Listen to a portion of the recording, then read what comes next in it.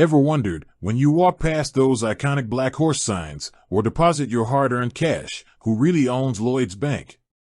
I mean, we see the branches, the adverts, the familiar name, but behind the scenes, who's pulling the strings?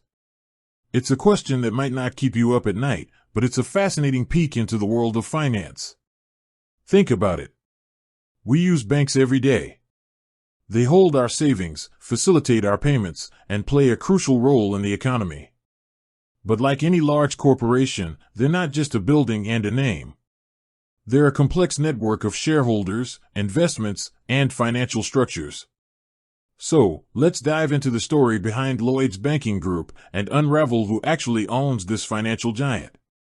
Now, Lloyds Banking Group, the parent company of Lloyds Bank, is a publicly traded company. That's a key phrase here. Publicly traded. This means it's listed on the London Stock Exchange, and its shares are available for anyone to buy. Unlike a privately held company, where ownership is concentrated in a few hands, Lloyd's ownership is distributed amongst thousands of shareholders. These shareholders range from large institutional investors, like pension funds and investment firms, to individual retail investors, like you and me.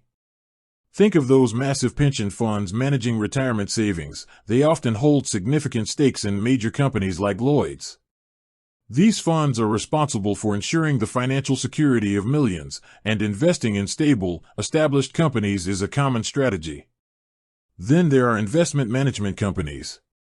They pool money from various sources and invest it across a range of assets, including stocks. Lloyd's is often a part of their portfolio, contributing to their overall investment strategy. These institutions play a major role in shaping the stock market and influencing the direction of large corporations. And of course, there are the individual investors. People who believe in the company's potential and decide to buy shares, hoping for a return on their investment. While their individual holdings might be smaller compared to the big institutions, collectively they form a significant part of the ownership structure. It's important to understand that ownership in a publicly traded company is fluid. Shares are constantly being bought and sold, so the exact distribution of ownership changes daily. There's no single person or entity that owns Lloyd's in the traditional sense. It's a collective ownership, a reflection of the public market.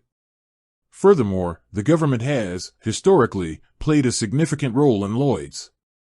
After the 2008 financial crisis, the UK government took a substantial stake in the bank to rescue it.